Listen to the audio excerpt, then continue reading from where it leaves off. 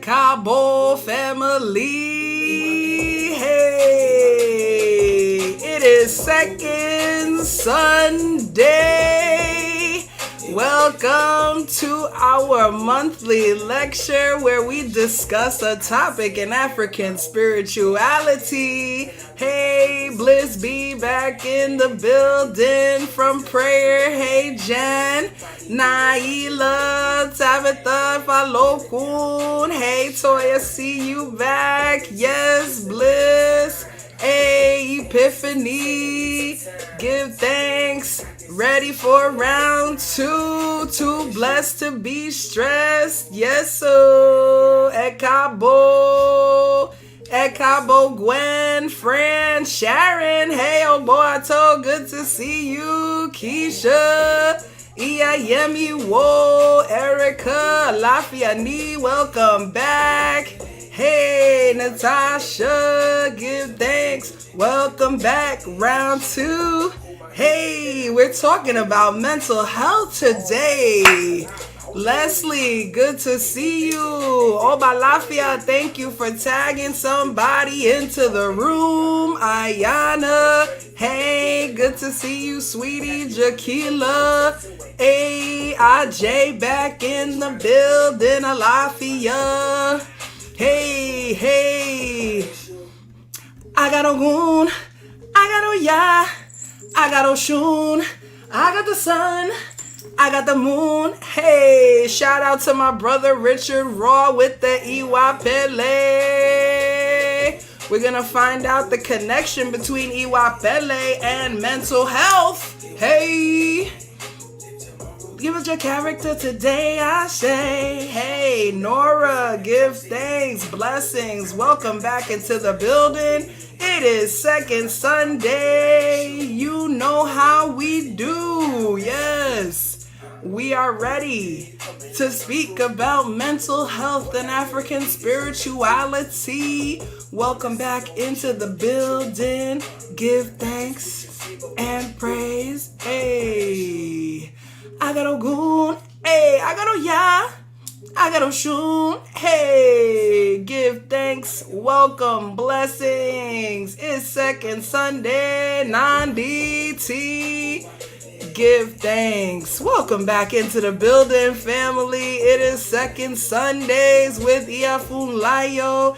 If you're new to the family, I am your favorite scholar priestess, Iya Funlayo, PhD. Always blessed, honored, happy, glad, thrilled to be in the land of the living and to get to come together with you, my peoples, to talk about a topic in African spirituality. This month, we are discussing mental health and African spirituality. Of course, we know mental health is crucial. It's a huge topic. It's something that we talk about often, as we should. Oh, yeah, me will give thanks. I know I love to sing. I come from a family of singers. We love to give honor to the spirits in that way. Yes, Milan, so glad that you're with us. Shanice, yes, important topic. Yeah, me will. Toya, the energy. Yes, we're keeping it up. Give thanks.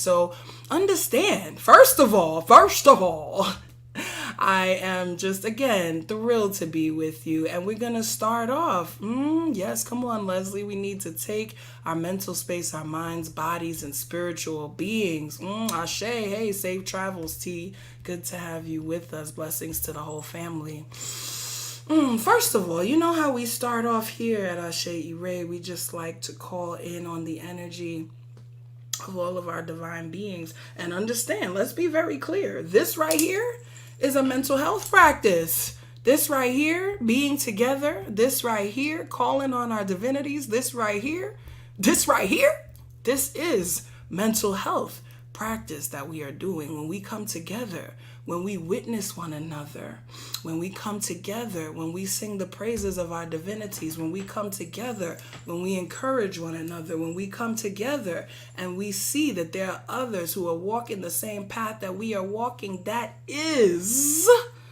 a mental health practice. And I need us to understand how brilliant our ancestors were and are, that they instantiated these ideas, they instantiated these rituals, they instantiated this prayer, they instantiated these connections with the divine in order to help us traverse this earth plane. And we all need help traversing the earth plane. Understand that the Yoruba say, Tibi tire naila, give thanks, lada ile aye, right? Tibi tire lada ile aye. What does that mean? Ayana, blessings, yes. It means that loss and gain are what makes the world. Loss and gain are what makes the world, right? What does that mean really? Y'all hear me say that all the time, but it means that there will always be loss and gain. There will always be trials and tribulations. Trials and tribulations didn't just start now, right? Trials and tribulations ain't just start in the modern era. Trials and tribulations been, right? Trials and tribulations are there always from the beginning. Understand that it is creation and destruction existing in balance with each other that make creation possible, that makes everything that we experience possible. Listen, facts, hashtag facts, right? Like, life been hard out here. Loss and gain. Come on, Erica, thank you with the write down, with the quote. Come on, Naila, death and rebirth, right? It's creation and destruction constantly. And so that's why in every spiritual system, you see these concepts of creation and destruction. In the Bible, you see the great flood, this idea of a destruction and a renewal. In the Hindu texts, you see Shiva, you see Shakti, you see this idea of being the destroyer and of being the creator. There's always breaking down and rebuilding that happens, right? In our systems, we see different aspects and different stories where Olokun, we see, comes up to swallow some of the earth back that was built on her domain, right? So all of our systems speak about this idea of shifting, of changing, of hardship. As I talked about this morning, every one of the Orisa got a story where they've been through some hardship, where some things happened that wasn't as maybe they would have liked it to be. And so this is the reason why our ancestors understand. First of all, let me just speak. Mental health is not a new thing. This idea of the renewal of the mind. And in fact, it is what all of our systems are about. All of our systems are about the renewal of ourselves. Be ye transformed by the renewal of your mind. Ori tutu, ori woo. Ifa says we must continually reinitiate ourselves, right? So this idea of renewal of the mind is something that has been since we had minds. Our ancestors understood this. And so what are some of the ways that we have indigenously, right? So I also teach, y'all know, in addition to being a priestess, I teach indigenous psychology at Pacifica Graduate Institute. Shout out to any of my students from there who may be here, right? And so I teach about our indigenous mental health practices, and I teach about why mental health is even a thing to start with for everybody, right? Understand that everybody needs to be concerned about mental health, not just those who have been pathologized into feeling like they have a disorder of some sort, which we'll talk about that too, but everybody needs it. Everybody needs to renew and reattune their minds, right? And so what is this? Why do we talk about this? Why do we talk about the need to renew our mind? Why isn't everybody just happy to start with? Let's start there. One of the things, religious studies scholars speak about a lot in terms of our impulse, the reason why every group of people on earth has some form of spirituality to which they adhere, has some form of higher power or some form of other than what can be seen that is acknowledged, is because we have, as human beings, we are one of the only creature, as far as we know, right, that's conscious of our own existence. We are conscious of the fact that we exist, and we are therefore also conscious of the fact that we will one day die. right? And this creates what is called, I'll give y'all some little Harvard words, right? Existential angst. Existential angst. Existential angst is the feeling of fear and dread at the realization of being a finite being. It also includes the fear that life might be meaningless or arbitrary, right? So the question of why are we here? What is this all about? Why does this world even exist? Does anything mean anything? These are the questions I used to ask myself as a kid, right? I was always, right? I was always that kid that was like, well, why are we here really though? Like, tell me the meaning of life. Like, what's going on, right? Oh, Balafia, right? I was a kid like that. Erica? Oh, yes. Thank you for noticing the gay light, keeping the Ori covered. We're going to talk about that, right? So existential angst, we all experience it. Right? Existential angst is something that we all experience. We experience fear of death. That's human. Every human being experiences that, whether they admit to it or not. We experience the fear of doing the wrong thing in life, right? That's why we come and say, well, what should I be doing? I'm trying to find my purpose. I'm trying to find my meaning. What is the meaning, right? And so one of our religious studies scholars, Peter Berger, who's often cited by my mentor, Jacob Olupona, he spoke about the fact that for human beings, every other animal on Earth comes to Earth with programming, right? They have what we call instincts. So they move according to the direct programming that was put into them by Olodumare, right? I'm a lion. If I'm a lion, I'm going to sleep. I'm going to run after my prey. I'm going to reproduce. I'm going to lay in the sun. That's the lion programming that I have, right? If I'm a bird, I'm going to fly. I'm going to, build a nest. I'm going to do these things that I've been directly programmed to do. Human beings, on the other hand, right, have no such shoulds, right? We don't have the same programming. We don't have the same, and certain instincts, of course, just because we're animals as well, we have, right? But by and large, we are charged with finding the meaning, right? That's one thing that makes us unique as human beings, is that we are charged with finding meaning and making meaning in our existence, right? We are charged with doing that. It's not just pre-programmed into us. And so spirituality, our walk with the divine, our identification of the divine energies that animate the world is a part of our way of, as Charles Long, the late great Charles Long Ibaye put it, it's a way of orienting ourselves in the universe.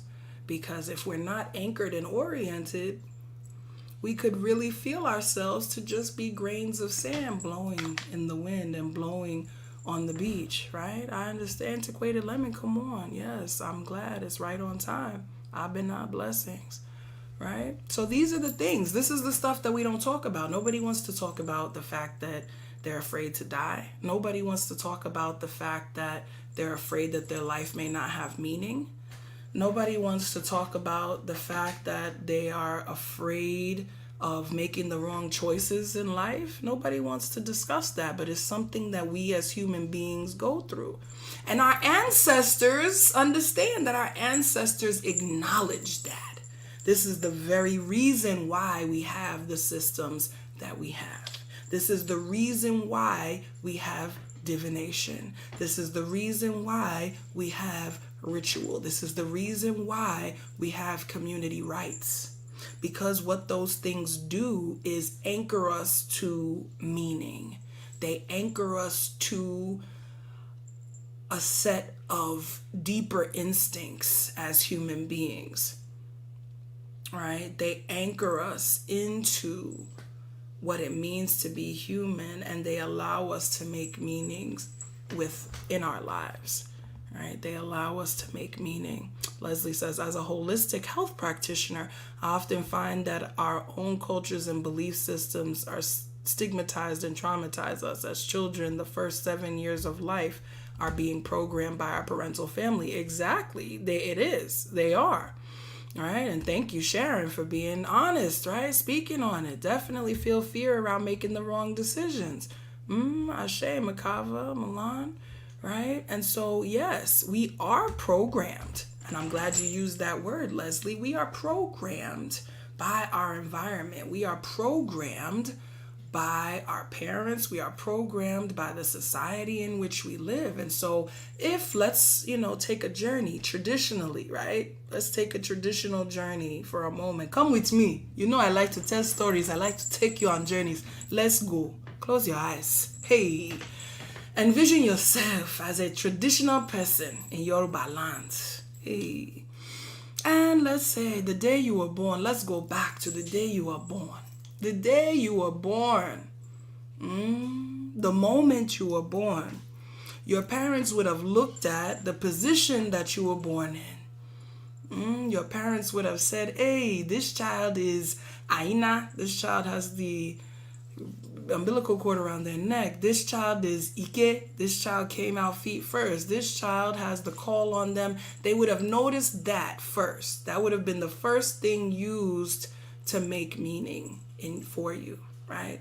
So we are not all, here's the thing, part of being a part of a community and part of being a part of a system is that it helps to give structure to our existence, right? We're not each one of the most detrimental things that happens, especially being in this a very individualistic Eurocentric Western society, is that we think that we're each charged with making our own meaning of our own selves and that it's only about us.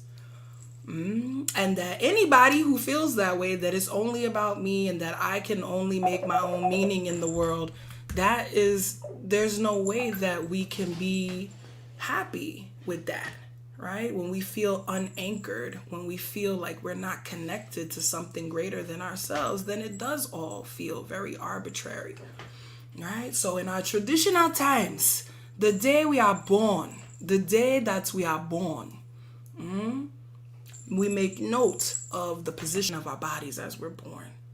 And then some days after that, divination is performed to let us know what our purpose is going to be in life, how we should be raised, what kind of education will be best for us, what type of temperament we're likely to have, how our parents should regard us and deal with us. Right? All of these things would be read from the time we are children and born, so that our parents have a blueprint as to how to raise us and how to bring us into being a part of the greater system and a part of the greater whole.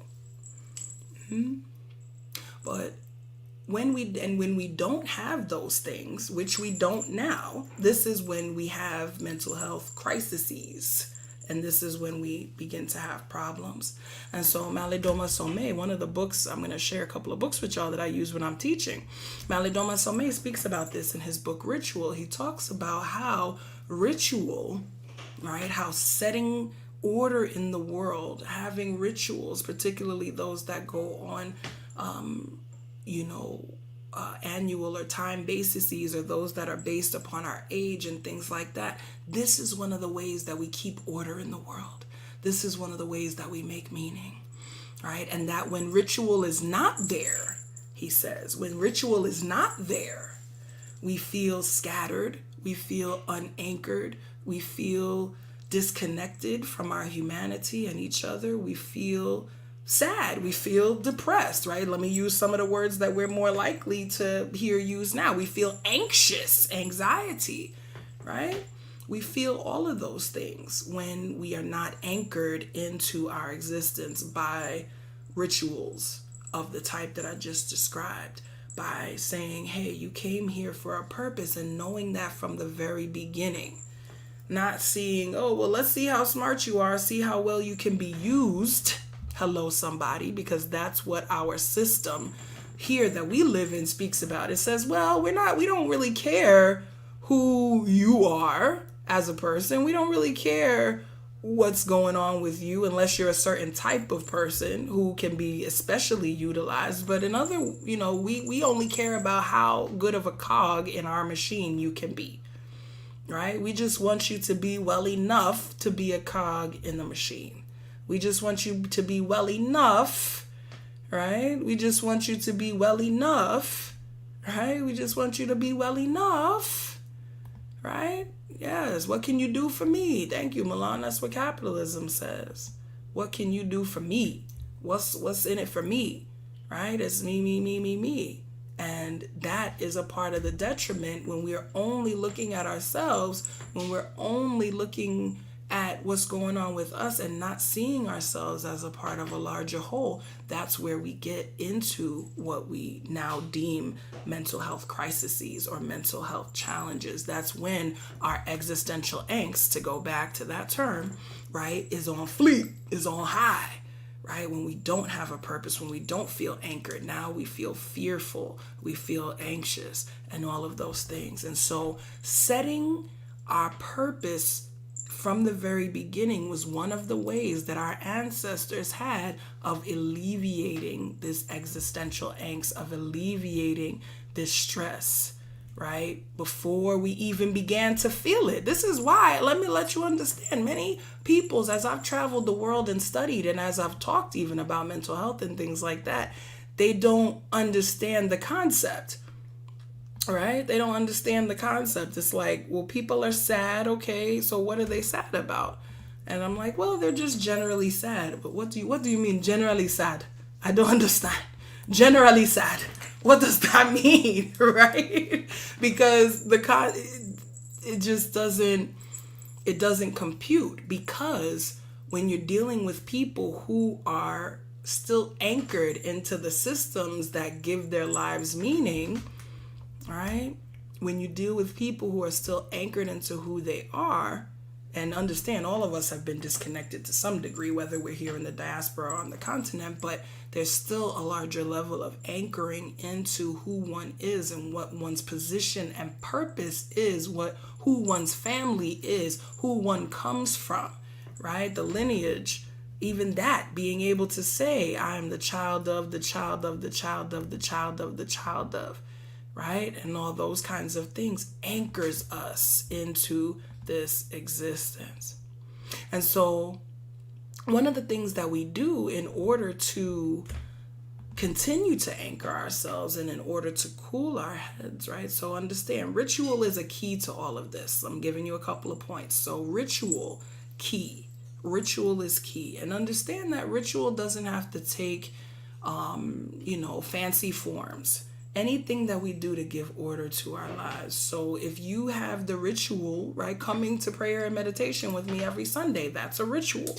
If you participate in that ritual every Sunday, and I know because some of you have told me, there is a way in which you feel more deeply anchored, right? Not only to spirit, which is great, but also to the community that we have here, right? Also to the meaning in your own life. Every time you touch your Ori and you reconnect to your own inner knowing, right? That is a part of what helps you blossom mentally, right? Spiritually, and all of that. So participating in rituals, particularly communally, is a part of what keeps us grounded and keeps us anchored. It's very important. Prayer, very important. Come on, yes, Erica, with the list. You better do it. Thank you, one of my star students, right? Prayer, another, right? And this is one of the reasons why our ancestors say we should pray out loud, that we should pray out loud, that we should pray out loud. Why? It's not only so that God hears us, Olodumare hears us, they can hear whether we speak out loud or not, right? It's so that we hear us.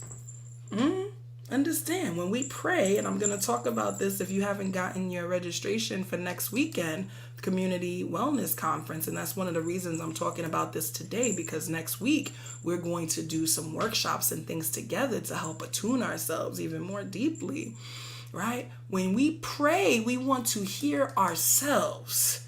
When I say please help me do this. Help me to be a better person. I'm hearing myself say, I want to be a better person.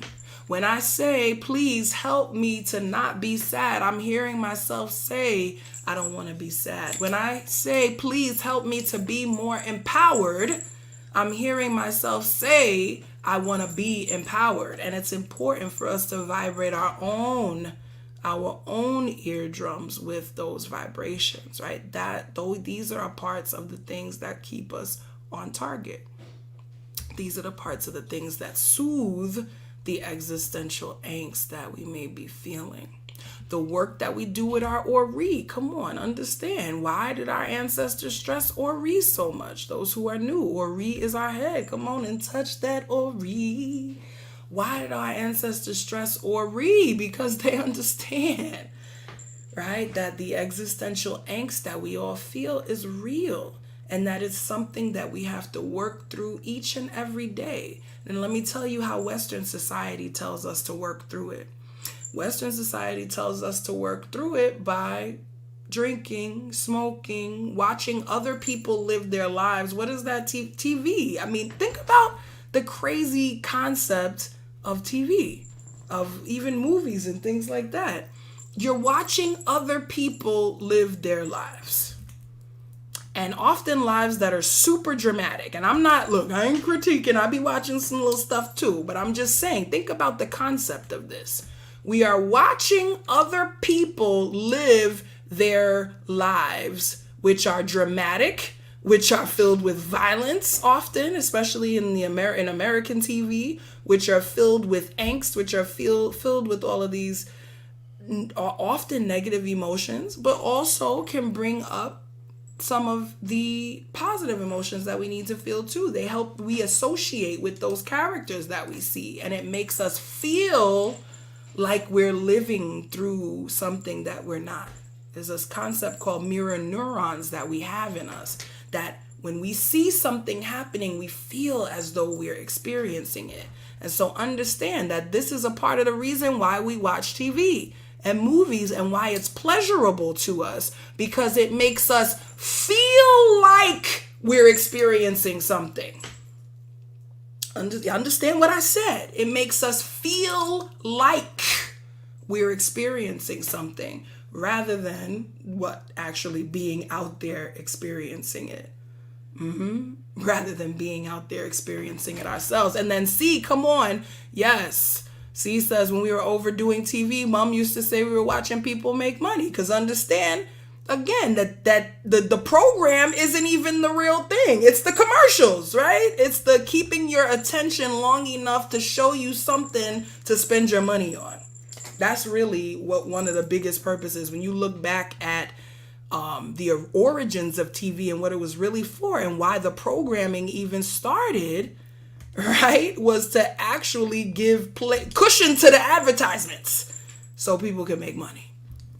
Why you think actors and these people are paid so well? It's because they make billions. They make all the money, right, for these companies, for all of this, right? And we get to feel like we're living as opposed to actually living. So that we just stay there and we spend our money on things to fill the hole in us that is there because we don't really know who we are. Understand that this society is built to keep us in mental health crises. I'm going to say that again. This society is built and designed to keep us, especially people of African descent, in mental health challenge and crisis. It's designed for that purpose. It is designed to keep us sad. It is designed to keep us sick. It is designed to keep us feeling like we got to buy some more ish to be good people. It is designed to make us feel less than. It is designed to make us feel weak. It is designed to make us feel like things are meaningless and that the only way to make meaning is to buy something else. It is designed for that. It is designed for that. And so that is why, as Africans and as those who practice African spirituality, we have to understand that, as I always say, this goes beyond the woo-woo-woo. Our ancestors were practical, and they said, listen, we know that existential angst is real. We know that this idea of needing to orient ourselves in the universe is real. We know that ritual is a part of what keeps us anchored to each other. We know that coming into the earth and having a clear purpose as you begin to walk your path is how you're going to live your life in a better way. We know these things. We know these things. And so they did those things and they instantiated those things. And so understand, this is the purpose of our spirituality. Although, again, in this modern Eurocentric world, we compartmentalize things, right? We put spirituality over here and mental health over there and history over here and science over there. For our ancestors, they understood that all of those things exist in us. They're all in us at a crossroads. They are not separate, right? So our spirituality is our mental health practice, right? Learning our history is a part of our spiritual practice, which in turn buttresses our mental health, right? Our community rituals, joy, game playing. I talk about that all the time. My name, Funlayo, to bring joy, laughter, play, and joy are a part of our mental health practice. All of these things, not just what we've come to know in Western allopathic medicine, therapy, and medication, those are not the only two components of mental health. Living a good life that feels meaningful, any psychologist will tell you, is the key to mental health. And so that is how we create mental health, is through creating meaning, through actually living life rather than watching it and feeling like we're experiencing something. Come on, Ayana, tell it. If we're not careful, too much TV will enhance depression, and depression enhances capitalism. Listen, come on. They want you to feel bad. They want you to try to keep up with the Kardashians and all of that and feel like you're less than, right? They want that. So you'll work harder so you can earn more, so you can buy more stuff. Remember that commercial from the 80s? I do it so I can work harder, so I can earn more, so I can buy more stuff, so I can do more drugs, so I can drink more, so I can feel something, right? So I can feel something. That's what we want. We want to feel something. We're meant to feel something. And so much of the society that we live in seeks to numb us into not feeling anything so that we will support its purposes, right? Ooh, come on, Milan said, are you depressed or are you in a depressing situation? Come on now. Some of us are claiming depression as an existential and as an ontological state. I am this, when really you just need to change your scenery, right? When really, and don't get me wrong, let me say something right now. Don't get me wrong. There are real chemical imbalances. There are real issues that can come up with our minds, with our oris. This is what, listen, and our ancestors knew that too. The story of Ogundameji. We go to Ajala's house to choose our ori. Some ori are well-baked, fully baked, all the way they were meant to be. Some are not as baked. Some are a little more fragile. Some are big, some are small, right? Understand, our ancestors understood this. They said some people will come to the earth less able to use the power of their ori than others. It's not a judgment, it's just what it is. And so now it's up to us who are able, right, to use the fullness of our ori to help buttress and uplift the rest. Excuse me. That's why our patron Obatala, the owner of all heads, Obatala, Tawini Wini Sekure, Bobola Iya Ase Ire, Baba Ase Ire, Obatala Ase Ire. Epa, Orisha, Orisha, Epa. Obatala, my Baba, Obat Orisha. Said to be the owner of all heads, and if we had an Orisha that's associated with mental health, aside from Ori, it would be Obatala. Obatala, Obatala. He is the peace. Understand, peace. Alafia. He is peace. He is peace. He is peace. He is understanding. He is calm. He is coolness. He is the understanding that we are differently abled. And so in one of the stories, Obatala, as we know, as if you've been with me, is said to be the one that crafts our bodies, crafts all human beings. And it's said that at some point he became drunk on palm wine and crafted some bodies, including heads, differently than others. And so he is said to be the patron of all people who are differently abled. And my mentor, my PhD mentor, shout out to him, Jacob Olupona, speaks about the fact that Obatala, the idea of Obatala as the patron of people who have both mental health challenges and physical challenges, physical ability challenges, is some of the first mutual aid in society, some of the first social programming, because these people who are differently abled were able to go to the marketplace, get things that they needed without paying for them, and things of that nature. Everybody who was able was expected to take care of those who were not, right? We might call this socialism or whatever other terms we have for this now. This was our ancestral way. Look, who got, take care of those who don't got. It's not rocket science. We make it complicated, right? We make it complicated. So Obatala is the one that we call on for peace. Obatala, we call on to wrap us in white cloth, and even our neurons, our brain cells are said to have a white sheath over them, right? That is an embodiment of Obatala, of calmness, of peace, of coolness. When we touch that water and we say Ori Mi Tutu, that is mental health practice, right? That is invoking peace, calm, coolness, and understanding.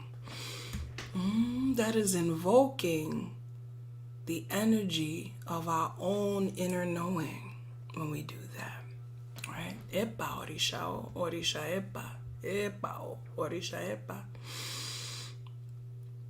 We have our Ori Inu, which is our inner head, and our Ori Ode, our outer head, just to give you a few terms.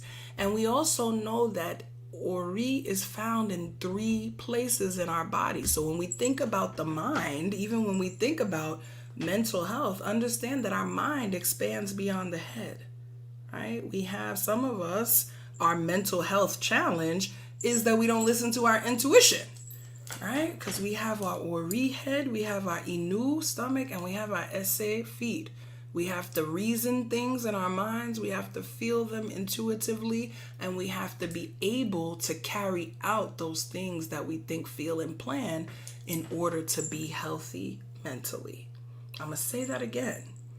We have to be able to reason with our minds. We have to be able to listen to our intuition, and we miss this sometimes, and we have to be able to use our feet to take us to enacting the things that we conceptualize and feel.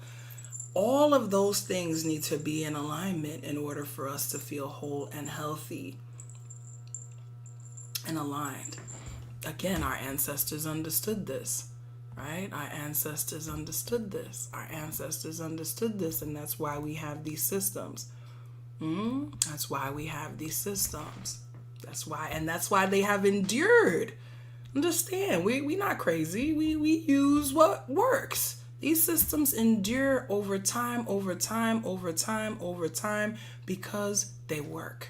Because they kept us, understand. Now, even when we talk about resilience, right? When I say Ori Mi Tutu, when I'm able to cool and calm myself and bring myself back to center in a moment of challenge, that's going to keep me out of all manner of issues. And that's also going to even make me feel better about myself, because being in control of oneself, being able to align one's own reactions and one's own ways of being, it's one of the first steps in feeling mentally healthy.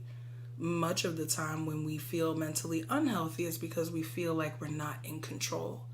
We may feel sad and can't control it, or we feel anxious and we can't control it. So gaining control, right, over the self, gaining control over these centers of feeling and thinking, very important to our mental health as well.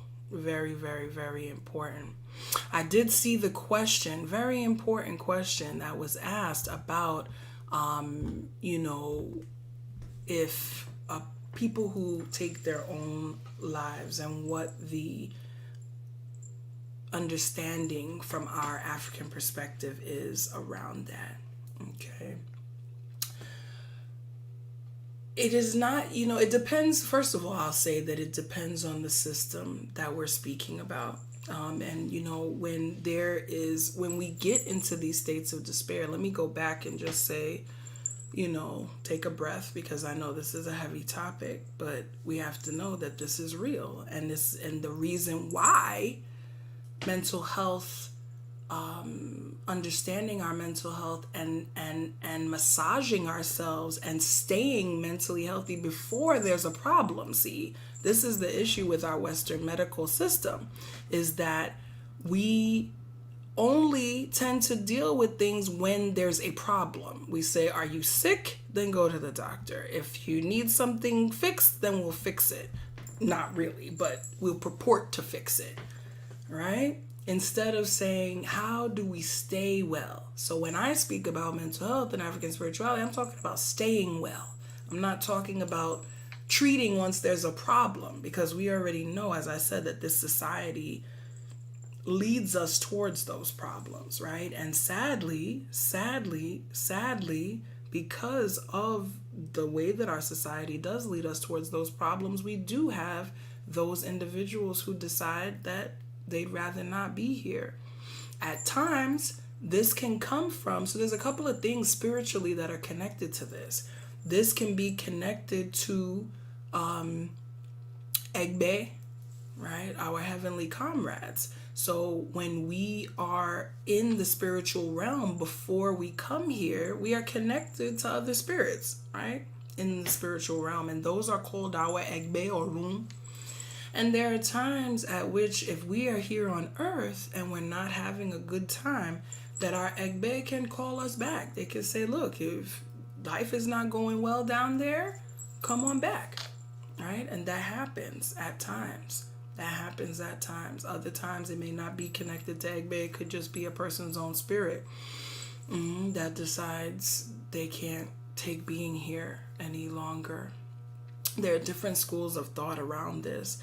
The first school of thought is that, one of the questions I'm most often asked is, can we put those folks on our ancestral shrines, or what's the thought behind putting them there or not? And one of the ideas of, often is said that we should not. And one of the reasons being that if the person was not enjoying life and was not having a good time here in life, that calling them back to assist in earthly affairs might be counterproductive, right? And again, this is not about sin. This is not about, they're evil or they're not going to heaven no, this is about pure practicality. If I'm not happy someplace, I'm not trying to have you calling me back there, right? So that's a part of what that's about, okay? But our prime purpose and our prime desire is to all be mentally and spiritually well enough that we don't choose to go down that path. But we know, and thank you, Milan, for reminding me, that even Orumila, right? Even Orumila in stories, look, like we said, the Orisa too, our divine beings too have gone through these trials. Even Orumila, in a story that Iya Fini told to us, struggled with feeling like life was meaningless, with feeling like no matter how much he helped, no matter how many abos, and if a roomie could feel like that, can't any of us, right? And so this is why we have to constantly work to cultivate, to constantly work to keep our heads cool, to constantly work to keep ourselves happy, to constantly work at joy, to constantly play games, tell jokes, to constantly understand the connections and the meanings of being here together, right? Understand that the joy and the living is its own purpose. That's the other thing that we've been bamboozled into in this Western world, to feel like if you don't have some kind of a productivity, again, capitalism, that your life is not worth something. And it says, no, we're here just like the birds, to live, to fly, to build a nest, right? To understand and feel the wonder of this physical existence. And the more we are able to do that, the more mentally soothed and happy we will feel. The more we're going to feel. Right? Give thanks. And oh yes, thank you, Maria, for saying I give thanks. I understand. I do understand. And believe me, we've all had, as Iya shared her challenge, I can't say that I've ever considered leaving the world, but I've definitely wondered deeply what the reason was for us being here, right? What the reason was for us being here, what the meaning is, especially in the face of so much suffering, right? We see so much suffering, we see so much loss, we see so much pain. Sometimes it feels like we see the loss that's spoken about more than the gain. All right, it can feel that way. And that is why it is so important for us to come together, for us to uplift each other, for us to constantly be singing, praying, praising, blessings to you, Orlando, and to everybody here. Because I know we've all had our moments, and I talked about this in my video on entheogens and hallucinogens, so go back and watch that. I told a little bit of my story. I was told that I had mental health challenges and put on medication and things of that nature, all of that as a teenager. And I came to understand that what really was missing, and at a certain point I let it go, but what I really came to understand was missing is what we are doing right now, what we have now. I came to understand that what was missing was the connection to my Ori, the connection to my ancestors, the connection to my greatness, right? How could Black children of African descent not be? It's a miracle that there's not more, right? Mental health challenge, given all of the messages that we're given that say we're not worthy, that say we are unattractive, that say, the only purpose for being here is to be somebody else's slaves and to work for them, whether historically or contemporarily, right? That says we're criminals, that says we didn't contribute anything of worth to the world. How could somebody not? It's a miracle that we're not all depressed, right? With these messages that we've been given. And so that is why, again, it is so important to understand that what we do together as a spiritual community goes way beyond spirituality. It touches every aspect of our life. It touches every aspect. Yes, come on, Bliss. The main tool used against us is the separation from our tools that keep us healthy and whole, right? The separation, understand, they would not spend time demonizing our systems and then trying to steal them and appropriate them, okay, if they didn't understand the power of what they do for us and the power of what they give us.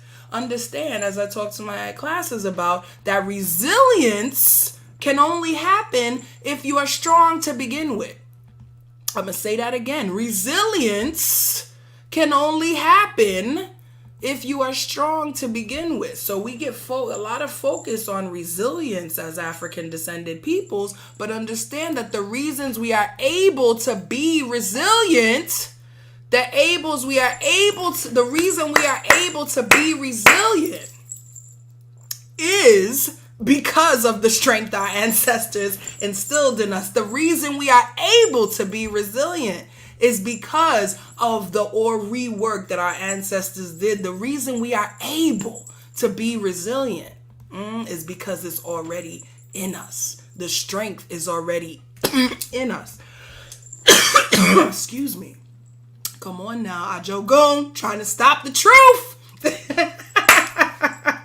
It's already in us, right? It's already in us. So understand, you have the tools to be mentally healthy. You have the tools to be spiritually whole, and it's just a matter of using them. It's just a matter of putting them into practice. Somebody just asked, beautiful, wonderful question. And my last question for today, and it's a powerful one, a great one, is if you did not get your divination as a baby, which most of us as African descendants in the diaspora did not, how do you now find your purpose? How do you now get that? I'm so glad you asked. So I need everybody, all right, if you have not done so, to watch my intro to Ifa video, because this is where we talk about Ifa and the purpose of Ifa. The purpose of Ifa divination, the purpose of receiving a hand of Ifa or being initiated into Ifa. And look at my video to see the difference between these two, because the purpose behind both of those is to help you connect more deeply with your destiny and your purpose. Okay, it's to receive the Shrine of Oromila, which can be used to help divine your purpose. It's to receive what's called an Odu and an Ita that helps you to know what your purpose is. Now, of course, if you get this as an adult, some of what it's going to do is help you understand what's already gone on in your life. Right? So like my Odu speaks about me being a historian. My Odu speaks about me going back to the traditions of my ancestors. My Odu speaks about me being someone whose personality and charm and smile and joy is what brings the blessings. When in some cases, some people are revered for their power and their ferocity, that it's always going to be my laugh and my joy that will make me revered in the world, right? So I got those messages as an adult, and I was able to look back and say, oh, wow, okay. And it's also a blueprint for how to continue moving, right? To continue moving and saying, okay, so I'll continue to smile. I'll continue to laugh. I'll continue to bring joy because I understand that that is a part of my blessing. I will continue to study my people. I will continue to share, right? Because that is a part of how I get my blessing. That is a part of my purpose in the world, right? And so for each of us receiving not only, and don't, let me be clear about this too. If for one reason or another you're not in a position to receive a hand of Ifa, that's okay. Every time we receive divination, understand that divination and ritual. So here's a takeaway. I want you to write this down. Takeaway: divination, ritual, community rites, and spiritual counseling are our indigenous mental health care practices. I'm going to say it again. Divination, ritual, community rites, and spiritual counseling are our indigenous mental health care practices. And so the more we engage in these, of course, the right way, with the right skilled diviners, with the right community, with those who, we can really take wise counsel from, the more stable, calm, peaceful, and happy we will feel. And so each and every time we get a reading and we're able to ask and connect with spirit and say, am I on the right path, and get a confirmation. Every time we speak to our ancestors, every time we are witnessed by those in our community, every time, right? All of those things happen. We are improving our mental health. Every time we talk to our diviner about our problems, right? Every time we're given a ritual prescription that can help to shift a situation that we might have thought was hopeless. Come on, somebody.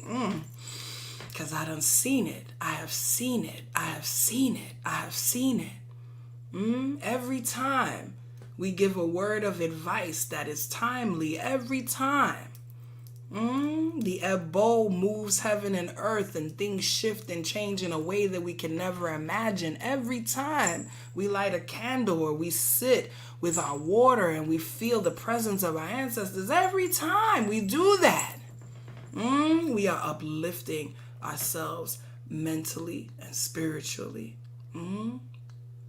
Uplifting ourselves mentally and spiritually every single time we do those things. Don't think that mental health is only found in a therapist's office. Don't think that mental health is only found in a bottle of pills. Don't think that mental health is only found in particular places or with people with particular degrees, because understand that traditionally we all knew some form of divination in order to check on things ourselves and help anchor ourselves into what's right, what's wrong, etc. Right? Give thanks. Come on, Natasha and Naila, talking about feeling transformed and renewed by your readings, right? When you have a good diviner, hey, shout out to all of y'all who have had readings from me, right? Every reading is meant to help you understand yourself even better, help you understand your purpose even better, help to give you some more direction, help to give you some more understanding of yourself, help to make you reflect on your own behaviors and how to change them to make your life better. All of those things, all of those things, all of those things, all of those things. Blessings, Raquel. Yes, yes, yes, yes. Wealthy, always a celebration. Enlightened and joyful. Yes, yes, yes, yes, yes. Come on, Jay. Yes, yes, yes, yes. Malidoma Some, in the book that I mentioned, he speaks about how when people are sick in the city, they take them to the village, right? When people have mental health challenge in the city, they take them to the village to reconnect with themselves, to reconnect with nature, and to reconnect with divination, ritual, community, right? The individualism with which we have been raised here, to feel like we are lone soldiers, to feel like we are the only ones responsible for ourselves, to feel like, we only have to pull ourselves up by our bootstraps, which we know is a lie among all the lies, right? And all of that is meant to disconnect us from each other. All of that is meant to keep us ill, keep us feeling unanchored, keep us feeling disconnected. And so every time you come together with this community, you are renewing your mind, you are renewing yourself, and you're taking a step towards your mental health. So I just give thanks for you. I give thanks for you. I also want to stress as well that those who are struggling or feel like you need help, please, please, please reach out and get the help that you need. Know that divination does not replace counseling, right? And when I say counseling, I don't even necessarily mean with a, licensed therapist per se, but it doesn't replace talking through issues. It doesn't replace changed behavior. It's meant to encourage all of those things, right? Understand, divination gives us the points to talk about, right? When I pull my cards, or when the Ikin gets pounded, or when the divination chain gets dropped, and we say, okay, the spirits are saying X, Y, and Z, you tell me what that's all about, right? That is a way to cause reflection in you. And that's part of what many of us too refuse to do, that keeps us in a state of angst. We don't truly reflect. We don't truly seek the change and the healing, right? We come, and before the diviner's even done, we're like, okay, but how are you going to fix this for me, right? Nobody can fix it for us. We have to do it ourselves, but we do it ourselves with help, with love of our community. Ashe, ashe, ashe. I'm going to stop there. There's so much more that I can say, but like I said, the real big takeaway that I want us to understand is that we have systems in place, all of this. I want you to check out the book Divining the Self by our Iya Funlayo, who is a beloved part of our Ase Ire family. She speaks to what I'm speaking about here, about divination as a tool for mental health and self-empowerment and understanding who we are, right? And the true meaning of what divination and the purpose of it. All right, give thanks. Yes, Naila, we're praying for those who don't have the resources, who don't have the family. We're praying for them to connect with exactly who and what they need. Ashe, Maria, give thanks, give thanks, give thanks. I'm so glad for each of you, Berlisha, blessings, Ambi, Lola, each of you that have been here with us today. I appreciate the love. I appreciate all of your good feelings always. Orlando, blessings, blessings, blessings. You know that if you have felt blessed today, you are lovingly invited to participate in the ministry of giving. You can do so at aseire.com, Cash App, $Funlayo. You can do so on Venmo at Funlayo W or at Ase Ire. I pray always for each and every cent to multiply and return to you. And remember what I always say. Your most precious gift that you have, and remember we talked about TV and movies, so the most precious gift you have is your time, your attention, your energy. So please make sure that you use those in places that uplift you. Fatimat, thank you so much for the wonderful, wonderful, wonderful, wonderful testimonial. Give thanks, give thanks, give thanks to each of you. Lori, Jay, I'm so glad that you all made it here today. Faye, thank you for the love. Ayana, thank you, thank you, thank you. Listen, y'all are a part of my mental health, okay? Yes, Dr. Melva, blessings to her and the Pink Robes Chronicles family. Yes, yes, yes. Oshun 365, Sunni, blessings, blessings, Elise. I'm grateful to each of you. Y'all are a part of my mental health. Listen, because look, y'all know I stay on 10. I'm a lot. I be a lot. I've always been a lot. This has been me my whole life, right? And so without understanding that my purpose on this earth was to be exactly who I am, right? Without having people like you to witness me and connect with me and say, yes, Iya, we receiving all of that energy. We're receiving, we understand, we love you being that conduit. Without that, I might not be as anchored in understanding who I am. I would not be. So I thank you for being a part of what keeps me anchored and grounded. I thank you for being a part of what helps me to walk in my divine purpose. I thank you for all the ways in which you're going to care for yourself. Because remember that our community is only as strong as each member.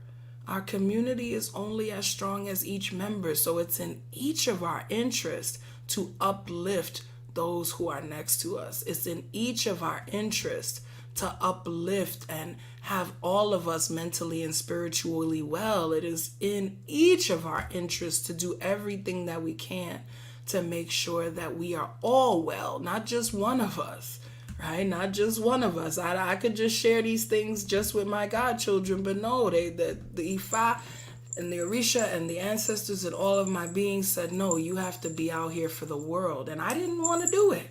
I didn't want to do it too.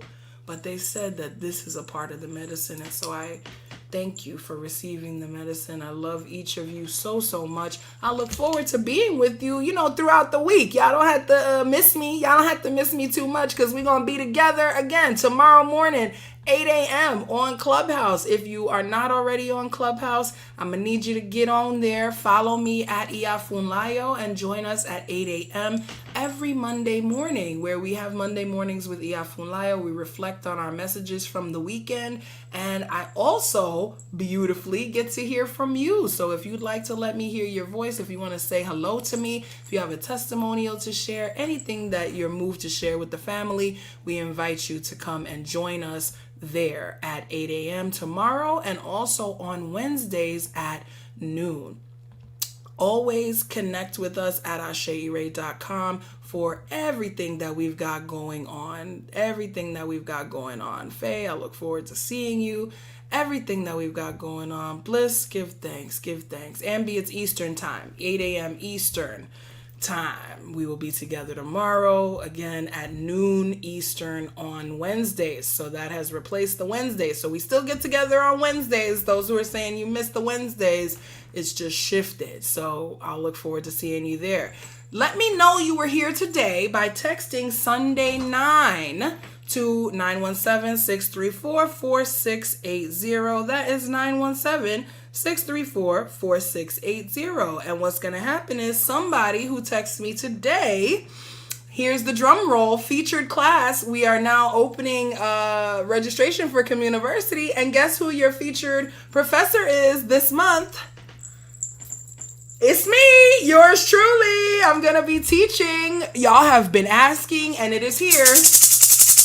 I'm going to be teaching my Intro to Africana Religions course as taught at Boston College a couple of years back. I originated the course there, and now my dear friend, who some of you got to take her class, Dr. Kira Daniels, has been carrying on the course, and now I have adapted it for the Communiversity family. So we're going to be talking about ritual. We're going to be talking about divination. We're going to be talking about activation. We're going to be talking about cosmologies. I'm going to show you cosmograms from around the continent. We're going to talk about creation stories. We're going to talk about every aspect of what makes Africana religions, and I will look forward to that. So text Sunday 9 to let me know you were here today, and one of you will get a free seat into that class, all right?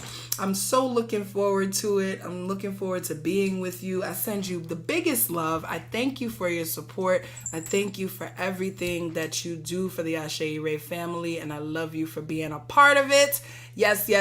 Next weekend, before we even get all the way to Communiversity, next weekend, we are having our inaugural community wellness conference. So speaking of mental health, we are going to have workshops. I'm teaching a workshop on the power of prayer. We will have a head wrap tutorial talking about how head wraps are an extension of protection and extension of our Ori. We're going to have one of my goddaughters, Dr. Fakemi Johnson, talking to us about mental health and how to renew our Ori and giving us some techniques for improving our mental health. We're going to have a Reiki circle and share to help us release. We're going to do movement. It's going to be all of that. And if that wasn't enough, after the full day of online workshops on Saturday, Sunday, you have the opportunity to come out and meet some of us from Ase Ire in person in 3 different cities. So I'm going to be here in Winston-Salem. So if you're nearby, if you're in Charlotte or any of the surrounding areas, please do pop through next weekend. Go ahead and register. If you're in Philly, you have the opportunity to be live. And if you're in Dallas, you'll have the opportunity to be live. So head to aseire.com right now. Not now, but right now. Click the flyer. It's only $25. You can also give a donation of less if that's whatever you're able to afford. Don't let money keep you away. Just come be with us. Come get some of this medicine. Come get some of this community, and come get some of this love. All right? Y'all be great. I'm going to go out into the sunshine now. Go and live my life in the sunshine. Hey, Akinyele is going to be here in NC. Come on. Wait, who else going to be here? Let me see. Show of hands. Who in NC? I need some of y'all in NC to come through here and see me at the new compound. You're going to be some of the first to see what's going on here at the Ase Ire compound in NC. We're going to be ready to receive you by next summer. We'll be ready for retreats and workshops and all kinds of goodness that you'll get to come and do here with me in person. So I am super duper incredibly excited for that. You are warmly invited, and I just send you all the love, all the goodness. I can't wait to see you next week. Hey, Shanice is bringing cake. Please, you know I love sweets now. Like, one of the best ways to get to Iya's heart is sweets. Yes. Hey, Sherzar, come on. Amber will be in Dallas. Beautiful. Ambi's gonna try to get to Dallas. Yes, make it pop. Beautiful. Bilma, I'm gonna come to Florida soon. Florida's like my second home, so I'll definitely be there soon. I got fam in Florida, all up and down. So, it's worldwide. Once this COVID situation, calms down more, I'm gonna be, all over the place as I have been, especially those who have followed me for a while. I be all around the world, and it stays on a plane. So soon and very soon, I'll be making my rounds again. All right, y'all be good. Go ahead. Y'all know I love you. I be wanting to stay here with you all day, but look, I'm getting up. I'm moving my chair. I'm getting up. Come on and sing it with me. Hey, Ase. Hey, Ase. Ase Ire. I do play family. Odabo. Osuni, New York is my second home, so I'm going to be there, all right? Odabo, so much love, family. See you soon. See you in the morning at 8 a.m. EST.